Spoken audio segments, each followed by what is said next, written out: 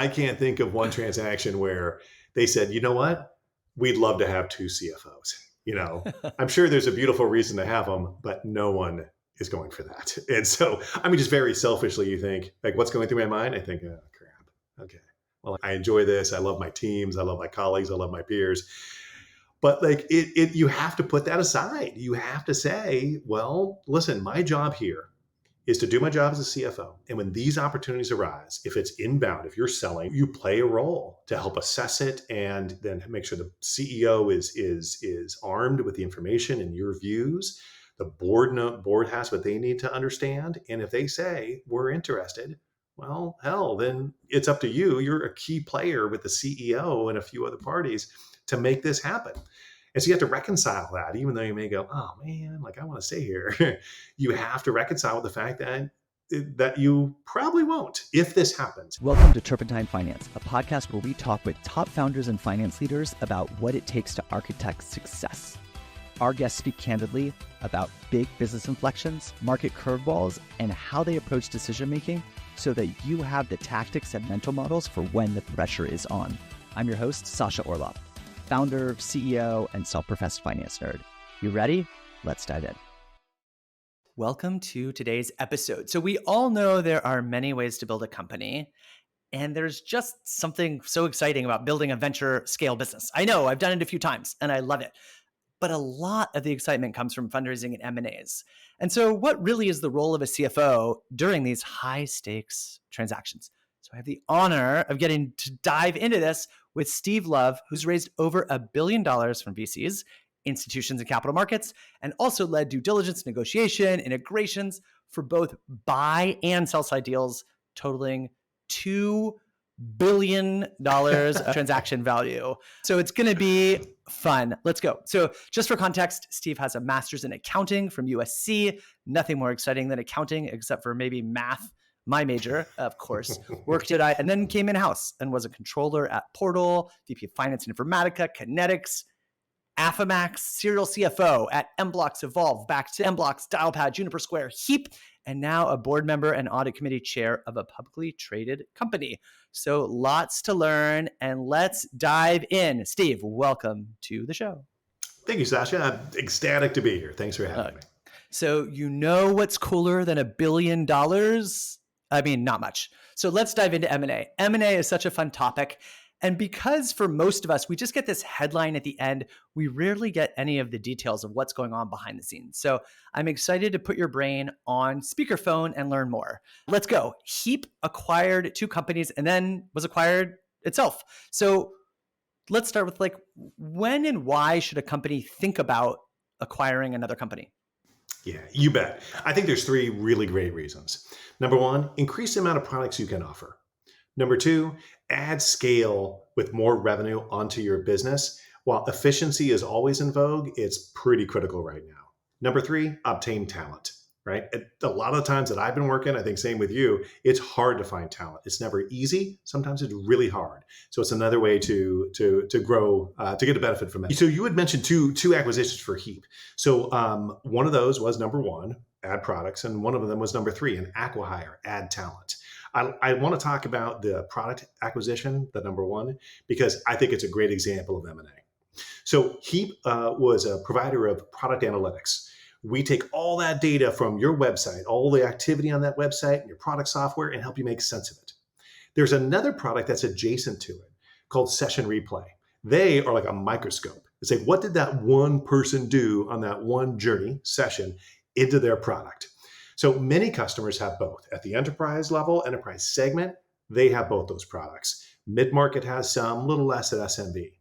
But if you can own both those products, you can have pricing and packaging that can be used to optimize the stickiness of that customer. You drive revenue, you reduce churn.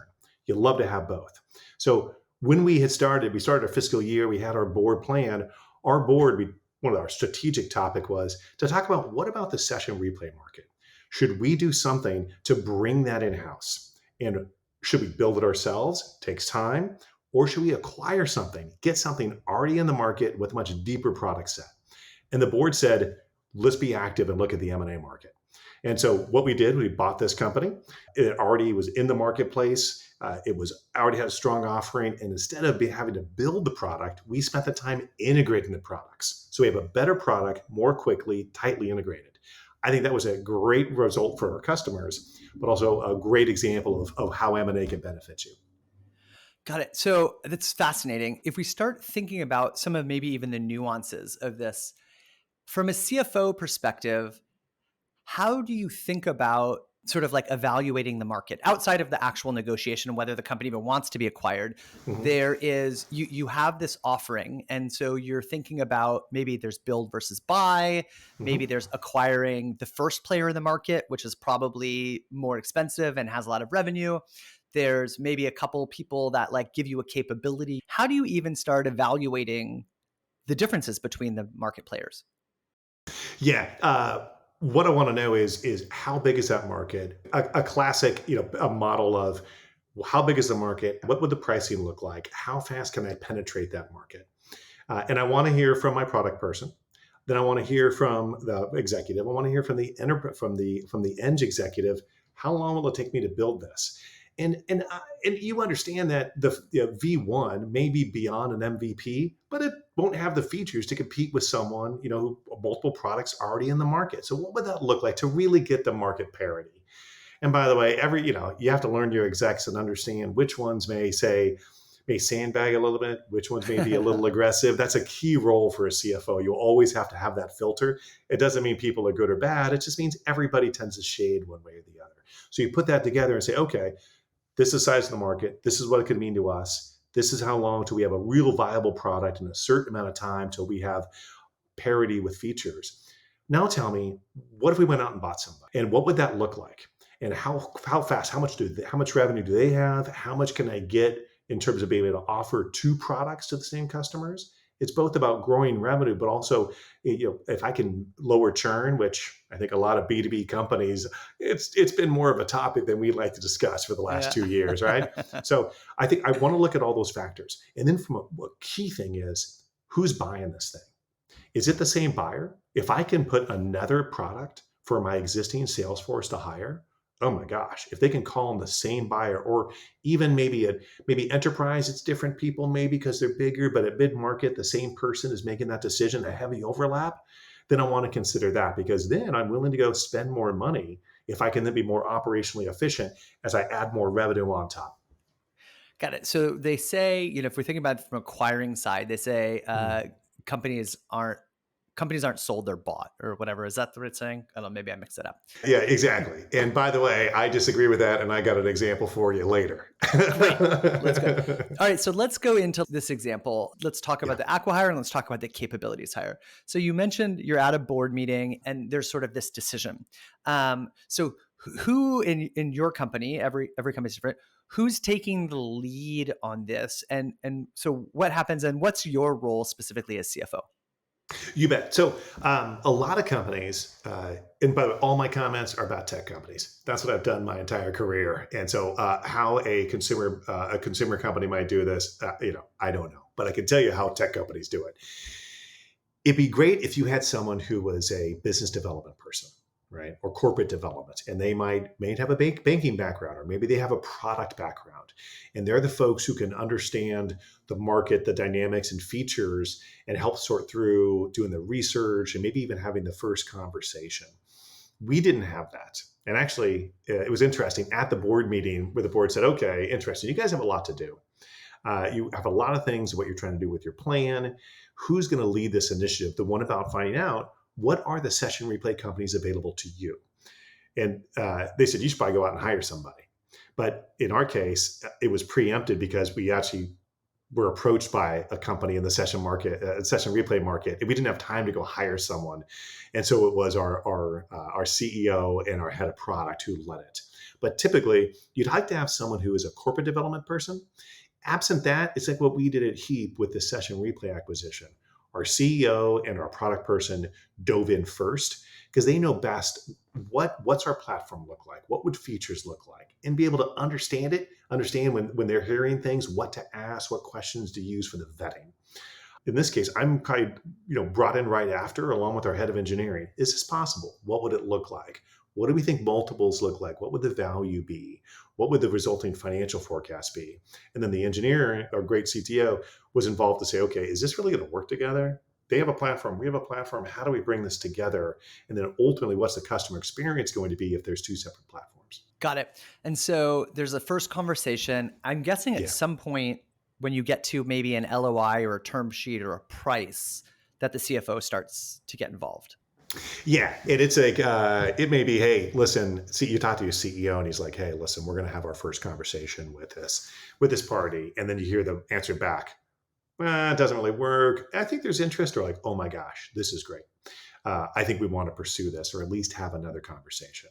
And so you're apprised because you start thinking, okay, how are we going to pay for this? What's the model going to look like? And if it's a private to private, what's this look like from a share perspective to model out what the dilution impact might be? If there's cash as well, you try to put in that, like, how much do you think we might be able to afford? Once we start talking in terms of the actual terms, then you definitely bring in your CFO. And at our size company, a lot of venture-backed companies, you may have in-house counsel. They may just handle more transactions, commercial transactions, and so you lean heavily on your outside counsel, who, by the way, they're great, right? Your outside counsel does so many things, and M&A is one of the top things that they do. So use that experience. We all know it's not cheap, but you get so much value from someone who's worked on 100 or a couple hundred transactions. And how long does this process go from like board meeting to signed agreement? Yeah. So one from the first conversation to an LOI term sheet, kind of same thing. It could be a couple of months. That's fast. Several months.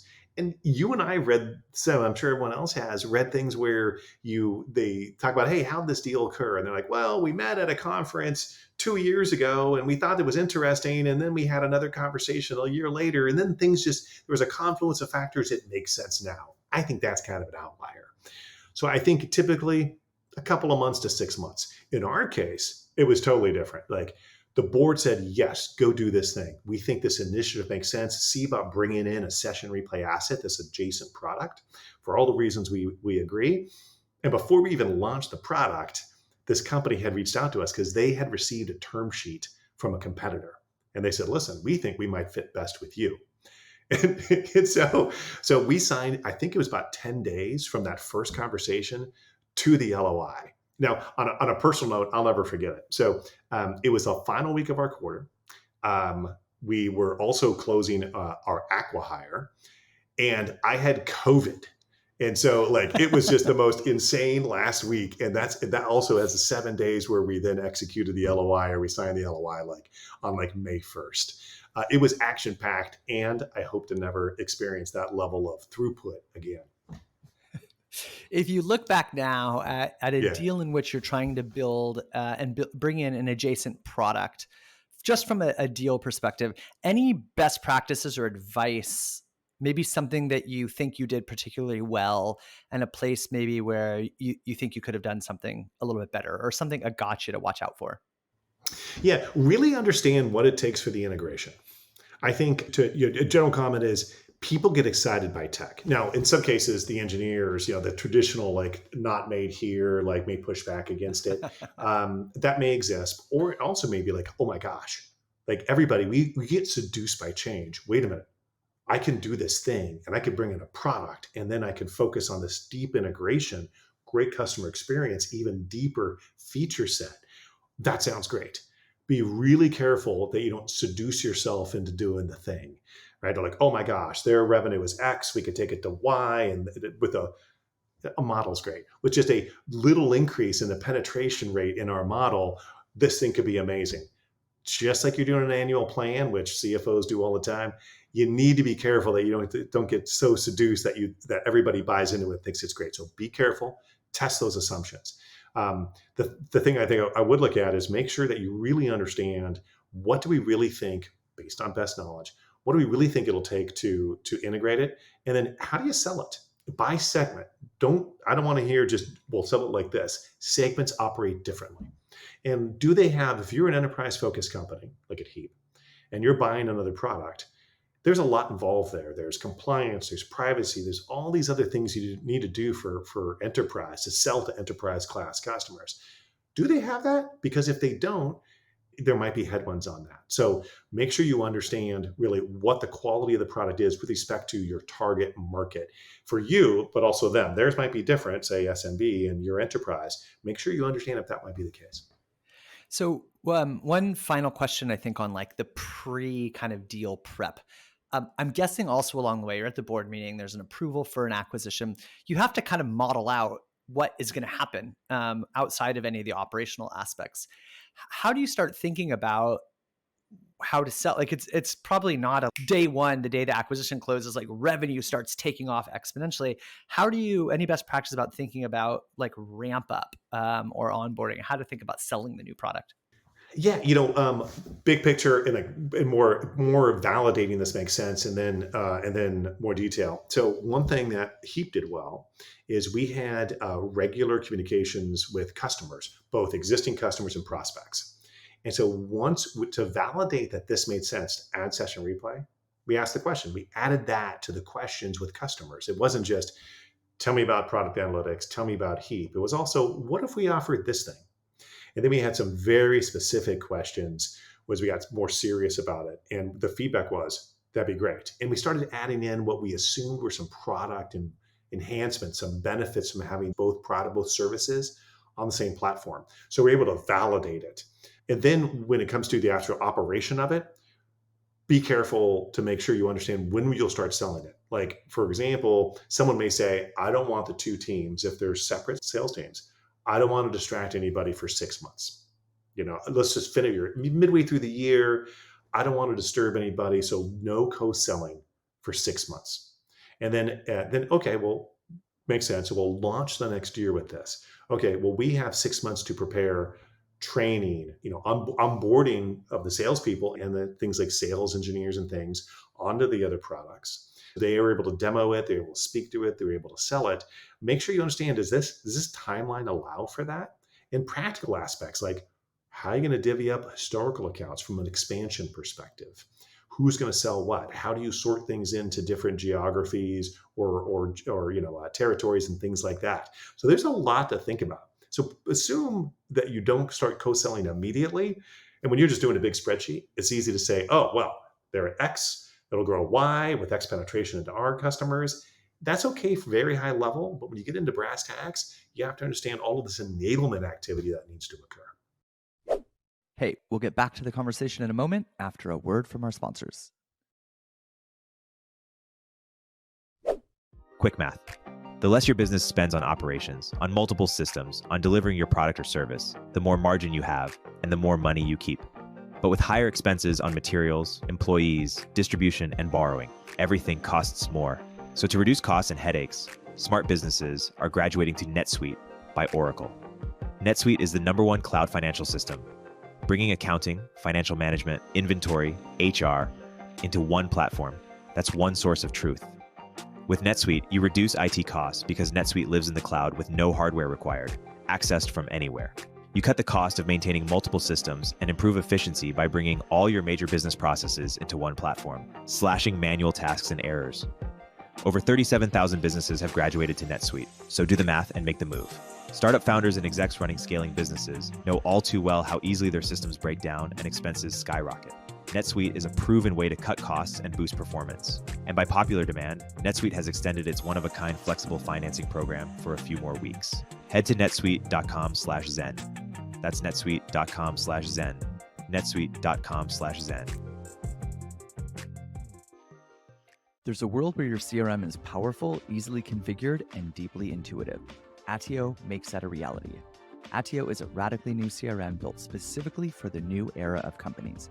It's flexible, easily configures to your unique data structures, and works for any go-to-market motion from self-serve to sales-led. Attio automatically enriches your contacts, syncs your emails and calendar, lets you create powerful reports, and quickly build Zapier-style automations. The next era of companies deserves more than a one-size-fits-all CRM with an outdated UX. Join 11 Labs, replicate, modal, and more. Try Attio instantly at attio.com. That's attio.com. All right, so a lot of our audience probably has never been acquired or acquired. And so they're stepping into a role where they're, maybe the board says the same thing. Hey, I think we should acquire this other capability and go through. And they're like, uh-oh, all right. So you're bringing money. Post acquisitions, we model everything out, just like you said, everything's looking good. The company's acquired, we agree on a Yeah. price, everything's looking good. Okay, the contract signed, and we're like, all right, now we have to do it.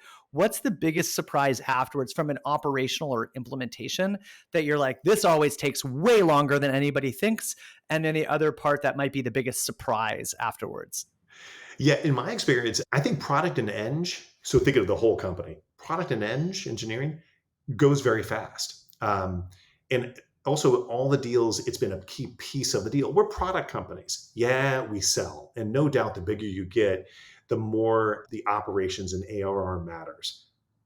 But we're product companies, right? And so having the products and the product leadership and the engineering leadership get together, it's critical to even get to an LOI. It helps sustain you through the typical challenges you experience from LOI to merger agreement to close. This is tough stuff. And either party may not get what they want. And so make sure you understand what you're doing, why you're here. Number one, why are we here? We're here because it's great opportunity, market opportunity to be talked about. Like in the case of, like with Heap selling to ultimately, there was a huge market opportunity. Just like when we bought the smaller session replay company, the one that bought us was a really big session replay company. And that just kept sustaining us through the inevitable challenges of like, you can't believe it. They want this or that on the deal, or they won't give me this or that. Remember why you're here and bring those product engineering teams together, because their excitement is such a critical part of the company, will help sustain you. And then when you close, they're already working together. They have their integration plans, and your lawyers will tell you there's only certain things you can talk about until you close. There's still a lot you can do, and talk to your attorney. They'll give you guidance. That's, I think, one thing to make sure you do. The other thing where it doesn't always go well is on the going back to go to market. There's just so much stuff, and you're going all the way down to the AE level, right? And the AEs, the sellers, will say, "Wait a minute, what's it mean to me? Well, I can or can't sell it. I have to give up which accounts. I don't get this or that." And you want your sellers to be engaged and happy and focused. And some of the things you might need to do might be a little counter to just exactly what benefits each and every rep.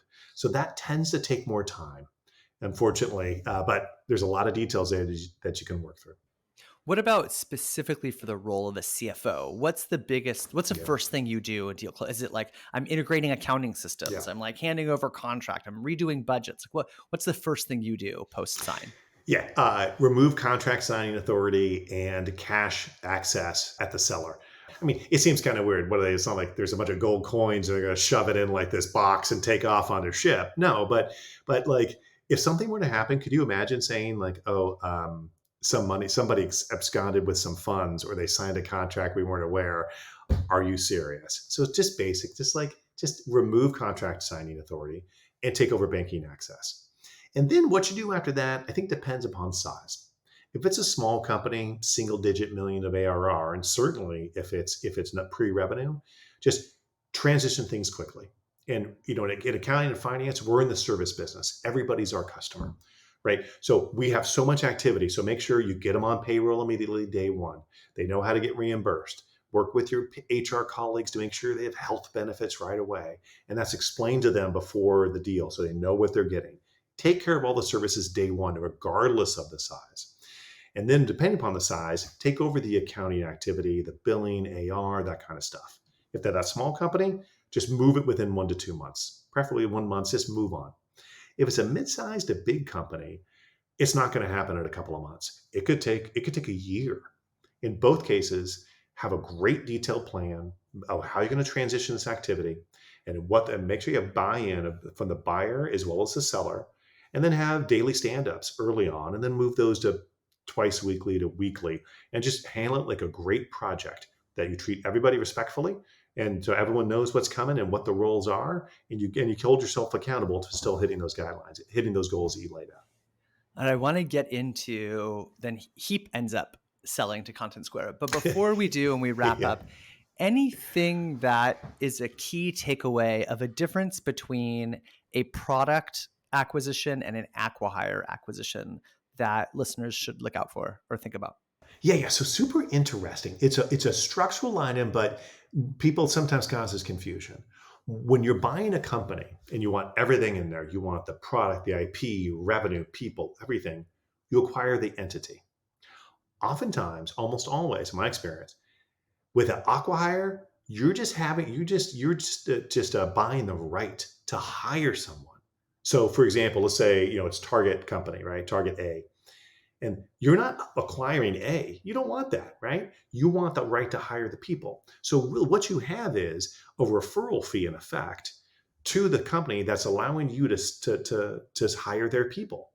And so then you pay them X amount for the right to hire those people, and then you extend offers to all the people working, or the ones you want at least, from that company. And a key thing is that all of those people you want, you put in the contract, in this purchase agreement. You put in the contract. I need to have, if let's say it's a 50-person org, I need to have these 10 people. They must sign, and of the remaining 40, some threshold. It could be 100%. Or you could say of the other 40, I need 90% of those people to sign and come aboard. They need to sign that offer letter. So if an offer letter from the buyer to these individuals, and they have to sign that, and then they sign the offer letter, it's just the difference from a normal offer letter is it's contingent upon the closing of the transaction between the company doing the hiring and the target company. And so then the target company just gets cash, and then they're not in the picture anymore. And then you hire all these people upon close, they become your employees. So it's different. You don't actually acquire the company. You're just paying them a fee for the right to hire the people. All right. So we're there. So many more questions, but I want to dive into now. Heap itself gets acquired by ContentSquare. So My goodness. Was Heap looking to get sold? What led to that M&A? No, we were not. We did that transaction with the session replay company, broadened our portfolio. We had more talent because we did the Acquihire. Sure, we were facing the same tech session wins that started in spring of 2022, as everybody did. We had our plan. We were working our plan. We felt good about it. And as these things typically start, the CEO of that other company contacts our CEO and says, "Hey, if you're going to be in New York, why don't we have dinner?" You know, and in short, we say, "Hey, thank you very much. This is kind of you. No, thank you. We're working our business." Then they come back with, as these things is pretty exemplary. They say, "Well, hey, how about this?" And we say, "Again, thank you. That's not of interest." And they increase the value over a period of a couple or several discussions, to the point where our board said, "Hey, wait a minute. Now at that level, with these terms, you talk about, they either give you via email or a written document, a draft LOI, key terms are mentioned." And there, the terms got to the point where our board said, given the magnitude of the opportunity of putting these two companies together, that offer is something we think we can consider. That then was a trigger to start a process using a banker. Got it. Okay. So you're playing hard to get. Of course. You're the pretty girl or the handsome guy in the bar, and you're playing hard to get. You bat your eyes a little bit, but then the moment actually happens where there's something there where you take it to the board, and they go, "Oh, actually, like this is worth exploring." You've been on both the buy side and the sell side. Now you're on the, I guess, sell side. What's going through your mind? Put your brain on speakerphone as you're sort of hearing this news from the board. I think I like working here, and where will I work next? Very selfishly, because I can't think of one transaction where they said, "You know what? We'd love to have two CFOs." I'm sure there's a beautiful reason to have them, but no one is going for that. And so, just very selfishly, you think, like, what's going through my mind? I think, oh, crap. Okay. Well, I enjoy this. I love my teams. I love my colleagues. I love my peers. But you have to put that aside. You have to say, well, listen, my job here is to do my job as a CFO. And when these opportunities arise, if it's inbound, if you're selling, you play a role to help assess it, and then make sure the CEO is armed with the information and your views. The board has what they need to understand. And if they say, "We're interested," well, hell, then it's up to you. You're a key player with the CEO and a few other parties to make this happen. And so you have to reconcile that, even though you may go, "Oh man, like I want to stay here." You have to reconcile with the fact that that you probably won't if this happens, and it's low probability. A first call from a CEO to a CEO, super low probability. And then the probabilities gains, increase over time. But you just have to understand that's the case. So a little tip to the CFOs, you probably know this, but make sure you have severance in your agreement, right? Upon change of control, the double trigger, right? And if you don't have it, and this comes up and it goes from like just a conversation one-off to like, oh my goodness, like we're now talking LOIs, approach your CEO and you say, my job probably won't be here, and that's okay. I want to make sure that I have severance so that I can devote myself fully to this project while also playing my role in operating the company. And I don't have time to think about a job. So if you don't have it, have that conversation with your CEO. I can't imagine that something can't be worked out. Stated formally, I would imagine in every case something gets worked out. Of course, the CFO is such an important role through a transition, but the realities are there. Hey, we'll get back to the conversation in a moment after a word from our sponsors. If you don't already subscribe to Turpentine's industry-leading newsletters like our new daily AI newsletter, Emergent Behavior, or Media Empires, you should. But that's not what I'm here to tell you about. The platform we use to power these newsletters is called Beehiiv, and it's excellent. First of all, it was started by the same early team who helped build Morning Brew into a $75 million newsletter business. And they built Beehiiv to offer that same powerful functionality to anyone sending emails. From essayists to business owners, the platform is beautiful, their text editor is intuitive, and they help you scale your audience with custom growth features. Beehiiv has powerful tools to help you monetize your content. You can easily launch paid subscriptions or pursue an advertising model. The Beehiiv platform will even connect you to premium brands to sponsor your newsletter. Not only do we use them, but thousands of the top newsletters in the world also use them, like Milk Road, Blockworks, the Lindy newsletter, and so many more. Beehiiv's founder hooked up Moment of Zen listeners with a sweet deal. Get 20% off for 3 months with code MOZ. Visit beehiiv.com, that's BEEHIIV.com, to get started. The tech world turns to the Brave browser for its unbeatable privacy protections. But did you know that Brave also has a private ad platform? Brave Ads offers first-party targeting, and it's been cookieless since day one, so you can relax while third-party tracking cookies disappear from the web. Today, millions of people turn to ad blockers to avoid being tracked and pestered online. But Brave's new ad model aligns incentives for users and advertisers. Users earn rewards for viewing ads, which they can save, spend, or pass along to their favorite creators. And advertisers score points for respecting user privacy, generating ROI without invasive tracking. So whether it's high-impact announcements on the new tab page or keyword-targeted ads in Brave Search offers diverse, private, future-proof ad formats for all your business goals. Join the future of advertising at brave.com/ads. Mention Turpentine to get 25% off your first campaign. Yeah. So without obviously disclosing anything personal, let's say you are in the CFO seat right now and you've never been through this and you kind of know the inevitability of companies don't need two CFOs, but you have to have this transaction happen and you need to make sure you get across the board because one, it's your job and you're going to have to find a new one and you want to make sure everybody gives you this like glowing reference. True. In the range of, again, without disclosing anything personal, within the range of an adequate severance package, because you've been through quite a few of these on both sides, what do you think is like a great, a great and a fair severance package for somebody sitting in this seat right now? Yeah, I'd say if you are, I'd say generally below 100 million of ARR, 3 to 6 months. And at the lower end of that range, it may come closer to 3 months. At the higher end, I think it's more consistently 6 months. And that's your salary. It's also COBRA, right? Because everybody, if you have a family or even if you're solo, right, you have a need for benefits. And so you'd look to company provided healthcare, or at least they cover the cost of your COBRA. And then on an equity side, if you're part of a startup that has equity, should the expansion go into it's just the day of the deal? Should there be like a little bit of a gift through the severance of vesting, or would you expect a full acceleration of all of your vesting? I would ask for full acceleration. And I'd say the market probably supports that, but I think it's a minimum of 50%.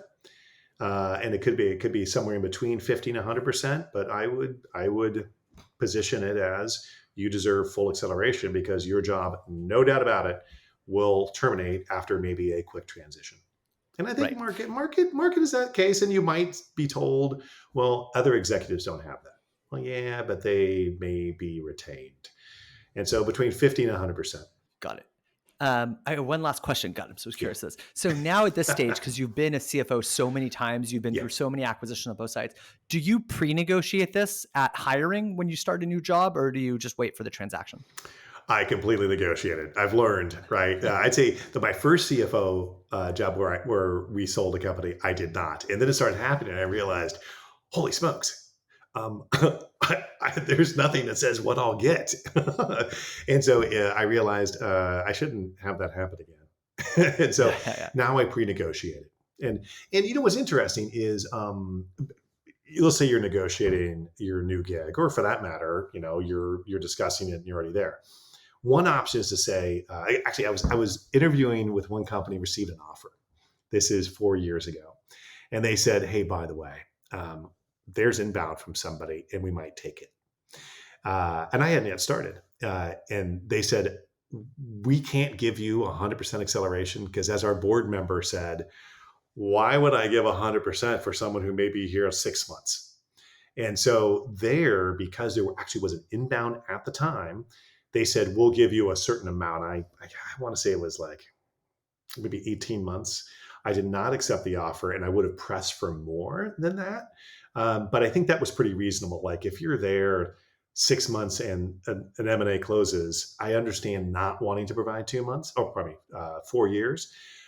But I think you can, that would be reasonable. So one thing you could do is say, if there's resistance to the 100% acceleration, you could say, okay, tell you what, how about for the first year, it's 50%.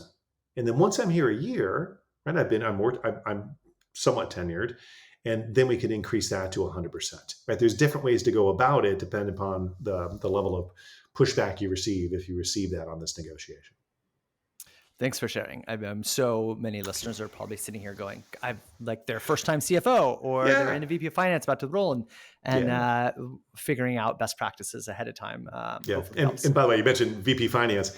There, I think they'd look to discount that to like a 25 to 50% acceleration. But if you're the head of finance, I think it's reasonable to at least go to 50%. And many companies have it, right? Like on VP finance, I'm not, 25% is just too little. And of course, I'd still start with 100%. And see where I go. Yeah. All right. So let's go back now. The board says, let's do it. You're the CFO, you're on the sales side. Your first reaction is, I know I'm not gonna have a job, but you have your negotiations, hopefully pre-negotiated. Now you're jumping into execution mode. Tell us a little bit about some of the differences between being on the now sell side. Yeah. So typically you'll do a market check. Maybe someone gives you an offer and you think, holy smokes, this is amazing. The market, right? We'll see. Sometimes that happens, but be prepared to do a market check. And so you got to think about, I've got this one party I'm working with. Who are the other parties who I want to talk to? Maybe you hire a banker. If so, thank goodness, because they'll take care of so many things. They'll help you develop, and they're so smart and so experienced. This is what they do, right? They'll say, okay, tier 1, tier 2, tier 3. They'll handle the outbound. They'll help you with your materials. One company, we had some inbound, and it didn't consummate, which was great. But what we got out of it was great slides that we used as our primary slides for like the next 2 years, right? So it was really we got something really great out of it. But make sure you know, like, what am I trying to do? How am I going to present this? There's like people say 10 slides. I've never seen a CEO settle for 10, 15 to 20 slides. Say, let me give you the overview, right? So what's that look like? How much financial data do you want to show there? Make it pretty summary. And then what's the rest of that flow look like? You're probably gonna have 2 tracks after the first discussion. If people say, I'm in, I want to know more, one's gonna be product and engineering oriented. The other will be financial and operational. And this is one thing I put together at Evolve the first time I was a CFO with M&A, is I want to control my story. I want to tell you why, whatever the history is it what it is, and why my forecast is what it is. And I want to educate you. So I'll tell you, Here's the products we sell, and if there's multiple, here's the dates that they were released. Because if it's only a little bit of revenue but released a year ago, I get why. Right? Help them understand your business. Here's my key metrics, and here's the definition. Make it easy, and also show your competence. Right? You are in command of this company, and you want to tell them like, I know this company, and I'm going to explain it to you. I'm going to bring you on board in a way that's efficient for you, and also sufficient for you as a CFO, right? Because you want to guide what they know and make sure they know everything they need to within reason. And then you also want to talk about what trends are, and there you address any issues that you need to explain, which we all have. Oh, in this quarter, our CRO was let go, or the tech session started. And then the last one, I think this is critical. As you prepare for these discussions, really think about what your forecast is. If your forecast is super aggressive, you're going to have to defend this to all the parties, not just the buyer, but if you do all the different, you're doing a channel check and you drive more interest, everybody's going to talk to you. And it's going to be super uncomfortable as they say, okay, just make up numbers. Okay, your sales attainment rates were 30% 2 quarters ago, 35% next quarter, and then you jump to 86% attainment. Could you help me understand why? And so you think about the window. Maybe 2 and 3 years ago it was really high attainment. Well, show them that. And again, going from 35 or whatever to 86, I might have presented such craziness in the past, but that's a little crazy. But anchor it in well, when we were doing this 2 or 3 years ago, right? But bring this data in, but to help support whatever you're showing. But I'd suggest this is about credibility, right? And also the discomfort you face when you're on the Zoom or in person and people are beating you up. Go with a forecast that you might be a stretch, but you can confidently present. And then you use the additional revenue levers for growth, right? I love that slide. Here's the 6 things that we can do. You don't have to quantify it. You could say expansion into Europe and, high, investment in channel and blah, blah, blah, blah. This product that's in the pipeline. And maybe you share then another slide that shows what you could do with them. Hey, bankers are great with this. Hey, if I can get 5% penetration in your business, it's this much more, and 10% and 20%, right? So part of it is you want to show a roadmap to them to how you're going to grow more, but be careful in how aggressive you are in your baseline forecast. It also applies. It's this method I've used for this operational deck to help explain to you our business and our forecast. Works really well on fundraising too. Yeah, I would say I was thinking as a CEO, there's a lot of similarities to fundraising. Like you have your real plan and then you want to show the upside. And that's what this additional maybe capital is in fundraising. Yep. And in acquisition.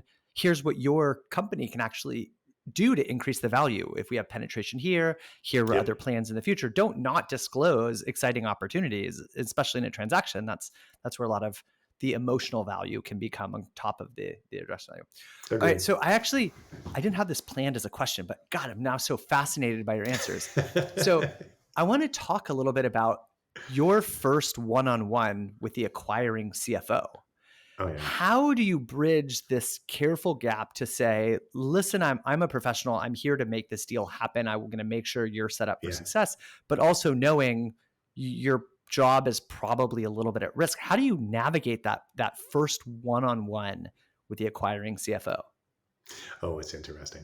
Yeah. And I try, what I want to do is set them at ease to say, I've been through this before, so not to worry.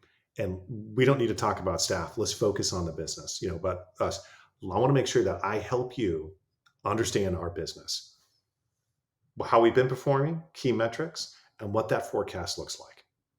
And you could maybe even take out the let's not talk about me, but I think to acknowledge it makes sense. And if even this is your first time, I think you could say the same thing. Listen, I think there may be some, I think we recognize that if this goes through, my role may not be here, but that's not what's important right now. What is important is making sure you understand our business. Nice. So just Similar, be straightforward, be honest, and kill the elephant in the room right away so you can get down to business and build trust. I think really Mhm. quickly. The lesson is build trust really quickly that you understand your experience. Even actually, Yeah. if you're a listener and it's the first time you've never done this before, good advice on how to sort of set some of the anxiety at ease and get to just making the transaction happen Yeah. successfully. All right. So now if we start thinking back on this one, I want to talk about what ends up going well and maybe anything that you would have either done or considered differently. So what ends up going well? What ended up going well? Yeah. Yeah. At ContentSquare, that acquisition in particular, it was challenging because nothing about the people, but these are two private companies. One's based in France, one's in Europe. Um, there's challenges like, well, how do you value the consideration received? There's tax issues that don't just are easily solved and have been solved in thousands of acquisitions of U.S. companies by U.S. companies. It's just there was so much different for this transaction, given just the nature of the structure. So you ask for things and maybe the other party doesn't want to give it to you, and you think, well, why not? This is not a natural ask. Well, maybe they don't understand that. And so there's friction that results just naturally. And so what I think Ken, our CEO, did well was kept coming back to the market opportunity. Hey, remember, this is why we were here. And their CEO too, John, same thing. Like, I hear you. Like, let's work through this because the opportunity is vast. The other thing was we got the engineering and the product people together immediately. Leadership went to for those two groups went to Paris, where fortunately they were already having a group session for their leadership. And listen, we all have great people, and so you get great product people all together, and then they're familiar with the other's product. It was a great way to kick it off, and that, like Yeah. we said earlier, helps sustain the conversations. So I think those went well. The other one we did was I suggest that we handled it operationally or in terms of execution was the due diligence. Oh my God, it was so expensive. It was incredible. And what you do is just set up a good process. So we use our bankers and our attorneys to receive things in a structured way. And we were able to we used a virtual data room to provide information. But it was just so huge. So that was to try to create clarity. This is your ask. Here's the response. See this location of the data room. Let us know if you have any questions. And of course, in many cases they did. But at least we felt like, okay, we understand your ask. You understand what we gave you. Here's the link. There's so many people involved in these things. It's still challenging, but try for clarity around how you're communicating back and forth about the diligence items. And don't just like stay on email all the time. Say, okay, I'm not sure. Can we just have a conversation? And a Yeah. last item generally about diligence, just because someone asked for it doesn't mean you need to give it, right? You can negotiate, right? You can say no. You can say, I've already given you this covers, the majority of that ask is covered in this other item. Yeah, in some cases, you may not be successful. They may say, yeah, that's great. I still need the thing. But remember, like you are participating in this, and ask your lawyers what they think. Do I have to really give this? Don't just say, here's everything. Prioritize what's the most meaningful and say no in some cases or compromise on what you'll give. You can just feel the experience here. You're setting expectations. You're finding the people who are most excited, getting them together to drive excitement, focusing on the market opportunity, getting product and engineering together. You set timelines, you agree so that everybody has sort of the right set of expectations. Any one or two sort of top either advices or things to be careful of, maybe complexities of tax or like if timelines slip, Yeah. anything in there. Yeah. Yeah, timelines. Yeah, timelines. This was a complex deal, and as we mentioned, and we were aggressive on timelines. And I'm kind of an aggressive guy, and I like to be a little aggressive. Oh, I think at times we were a little aggressive. And here's the impact: you agree. Here's what you do: you agree dates for execution of the LOI, and then a merger agreement, then the close. And if you don't hit them, but it's such a high stake, such an intense environment. You're selling your company. You do it one time, if you do it at all, right? So it's so intense, and like we got to hit the timeline. And then when you don't, you feel like, oh my God, I failed. And even if like you get over that, you unburden yourself from like, oh, I didn't hit the timeline. You expend so much energy in an already intense environment and not hit it, right? It's just what you expend to try to get there. You may not need to, right? So if you can have a more realistic timeline bought in by both parties really clearly with a plan to get there, that would be good. And I think that was one, I don't think that was one area we could have done a better job in this particular transaction. Got it. All right. So, God, if that wasn't already fascinating enough, let's talk about M-Blocks, because you're the CFO there. Yeah. You leave and then you're recruited back and you end up selling to a publicly traded company this time. And so you have some private to private, and now we have a private to public. What are some of the key differences or things to think about when you're selling to a private or a public company? Yeah, public's easier. And I summarize it as public is easier and private has more risk.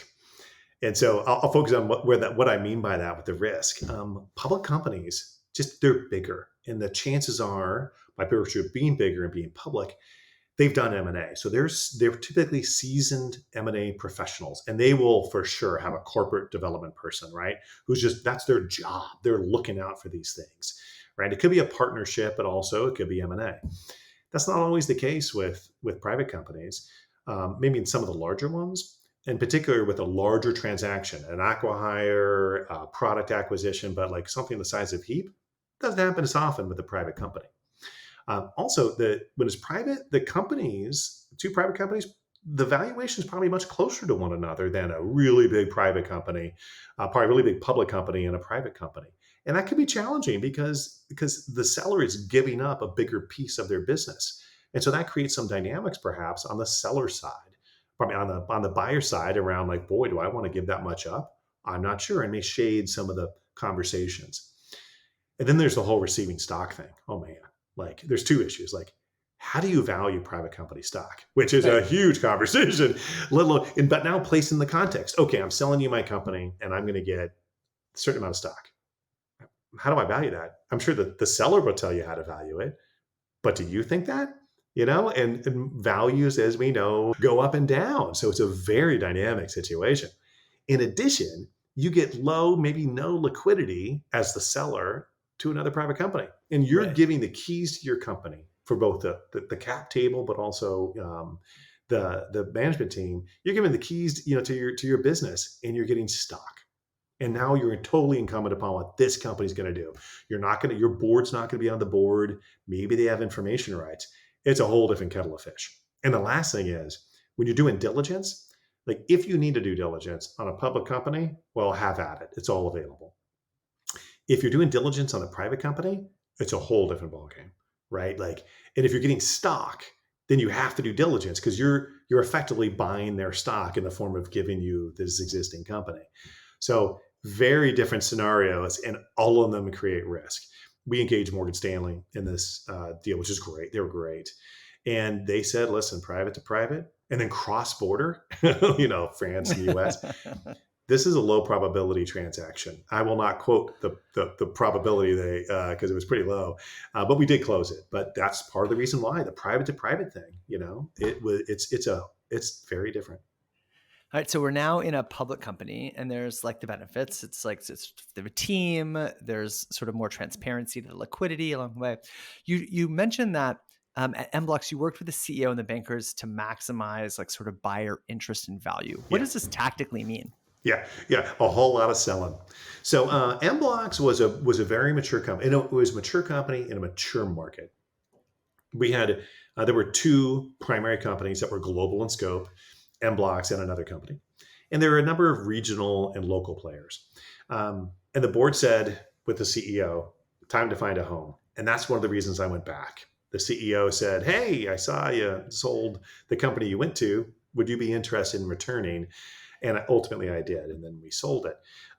We identified buyers, but this was different. It wasn't like this. It was supposed to like evolve much earlier, probably Heap much earlier in the technology life cycle. This was a mature business. And so we worked hard to not just identify groups of people and talk to a lot of people. I mean, more than we did with Heap.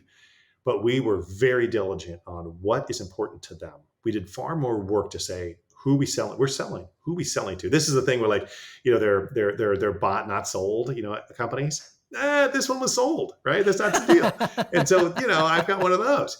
And so we focus really hard. What's important to those people who we're talking to? And, these are companies, some were PE firms, some were companies, and we're selling to them. So we were focused. We iterated the first meeting materials and what we would say and talk about from meeting to meeting. And then we'd also be super diligent on customizing all subsequent materials and things that we sold. It was fun. It was like being a salesperson. And my quota was sell the company at good terms. And ultimately we did that. And we found the best pairing was actually the other large company in the space, because they could maximize the opportunity because these were mature markets, right? So they can take the best of what they wanted, customers, the product, things like that, some of the people, and maximize it from a bottom line perspective. God, so much to dig into. Let's maybe just think about compare and contrast. So you've gone through a couple. You had just come from Evolve. Yeah. Anything from the lessons at Evolve that help you prepare for the M&A blocks? I learned so much. So here's how I've compared how I've thought about this. So have you ever had a house remodel, not just a bathroom, but big work on a house? Unfortunately, yes. And I wish the answer was no. That's very similar. So my wife and I have done it 3 times, and it sounds so much sexier than it actually is. It's pretty brutal, right? And you learn things all the different terms for a house, and you're like, what are these things? And you forget them. My wife and I did it 3 times. We remodeled and then built 2 houses pretty much from scratch. And you learn this amazing amount of information. It's just like M&A, all these very purpose, things that are only for that purpose. And if you do it once, it's like this great data set, this great experience. It's also interesting. You never use it again. The first time it's largely new. That was Evolve for me. Wait a minute, this is how the detailed waterfall works with respect to an acquisition. This is how reps and warranty insurance. What the hell is that? Oh, interesting. It'll help me address escrow items and warranties. Oh, there's just so much to learn.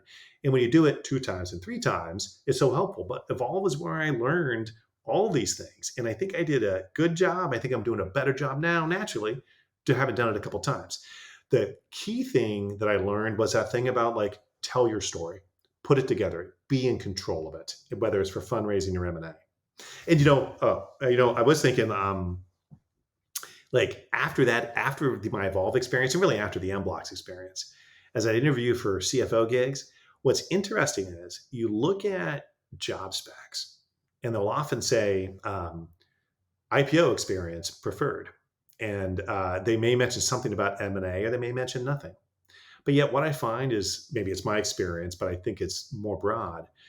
When you talk to founders, and CEOs, if they're not a founder, they really tuck into that M&A experience, because the vast majority of companies are sold, right? Or bought. Not that they go through a sale process, right? They don't go public. There's so few public companies these days, and it's shrinking. The pool of public companies is shrinking. And so really your outcome is far more likely to be some sort of acquisition. And so why it's not put up on the resume, on the job description, I find people really tuck into that quite a bit and want to understand, well, why did that happen and how did it happen? What kind of things had to be true, and how did the CEO and the investors feel about it? So it is interesting. If you get this experience, people may not say, I really want that, but in this environment, I'm seeing more of it at the moment. They may not want to talk about it, but ultimately they do talk about it. They want to know about your experience. Yeah. God, I'm we do not have time for all the rest of the fun stuff about fundraising. So we might have you back. But if we just sort of think about now focusing on sort of the evolution of your career from accountant to controller to VP finance to CFO through a lot of M&As, lots of knowledge dropped here. As you reflect back on your career, what's the biggest surprise? Yeah. I've always been interested in why the business is what it is. How the customer transaction turned out to be the way it is. How are we performing, whatever the metrics may be. And that's why after 7 years at EY, I loved E&Y, but I found my business, my job was becoming more about the business of E&Y. Understandably, I was getting kind of senior there, less about the business of our customers. I mean, let's be clear. EY was great with customer service, but I wanted to be in a business. And that's when I went to Portal. Back when you can go to one of your clients, that's what I did. And then we went public. But what's been really gratifying to me is the shift to such heavy metric focus enabled by not just SaaS companies, but other companies. So much of the business has been people now look to the CFO to understand it and explain it. Let's be clear, we're not running the business. There's all these great execs and this guy with this hard job at the top called the CEO. But you're so much as a CEO, as a CFO, you're so much more engaged in the business because you're typically the one presenting the metrics. And that means you have to understand it. So you're presenting it. So then you have to go understand it. You're so much more operationally engaged than at least how I viewed the CFO gig in the 90s when I was working with EY or when I was in public companies and I reported to the CFO. I think it's a big change and I've really enjoyed that. So it's a surprise, but pleasant for me because that's what I wanted to do. Nice. So then as we start sort of thinking about the career evolution, I'm sure there's a lot of people who are a VP of finance and they're trying to break into the C title. What is the advice you give them to make that transition from VP of finance or controller or something like that to the C role?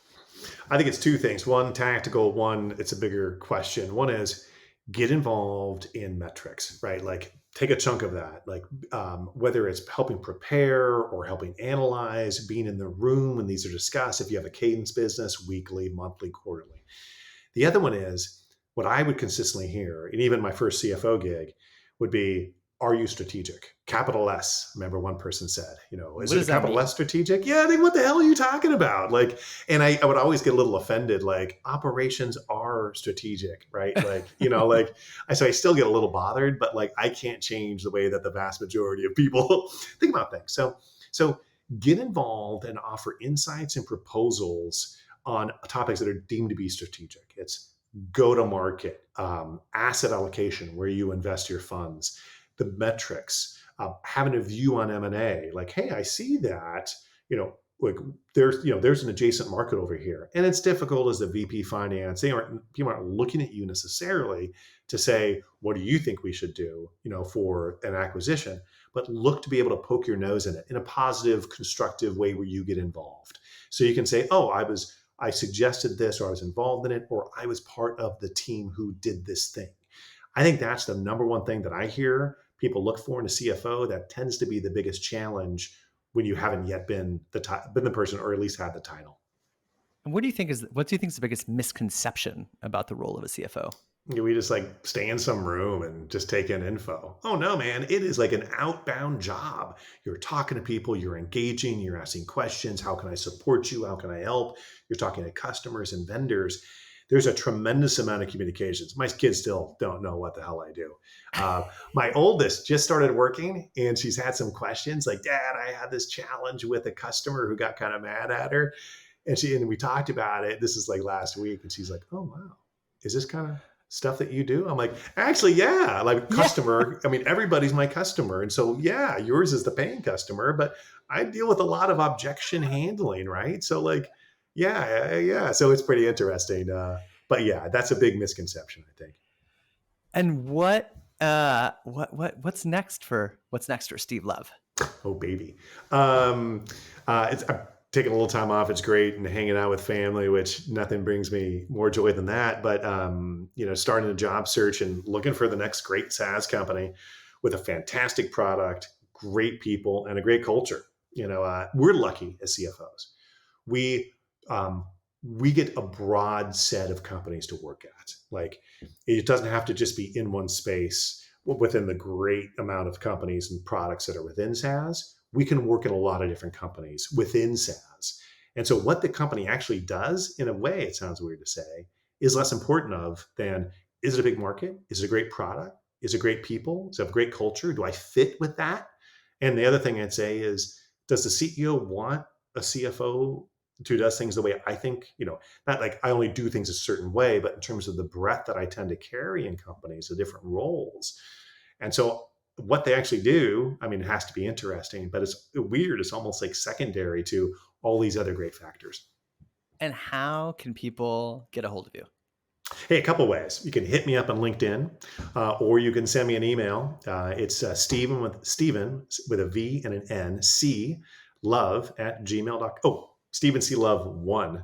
Some Stephen C. Love beat me to it. Oh, I'll find that guy. Stephen C. Love. By the way, at gmail.com. By the way, there are a shocking number of Steve Loves in the world. But there is only one real Steve Love. Well, there's only one Stephen C. Love 1 at gmail.com. That's for sure. Steve, thanks for so much for being on the show. This was awesome. Yeah, my pleasure. Thank you so much for having me.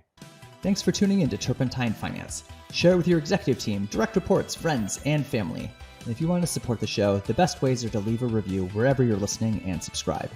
Turpentine Finance is part of Turpentine, the podcast network behind Moment of Zen, Turpentine VC, Age of Miracles, and more. Shows for experts by experts in tech.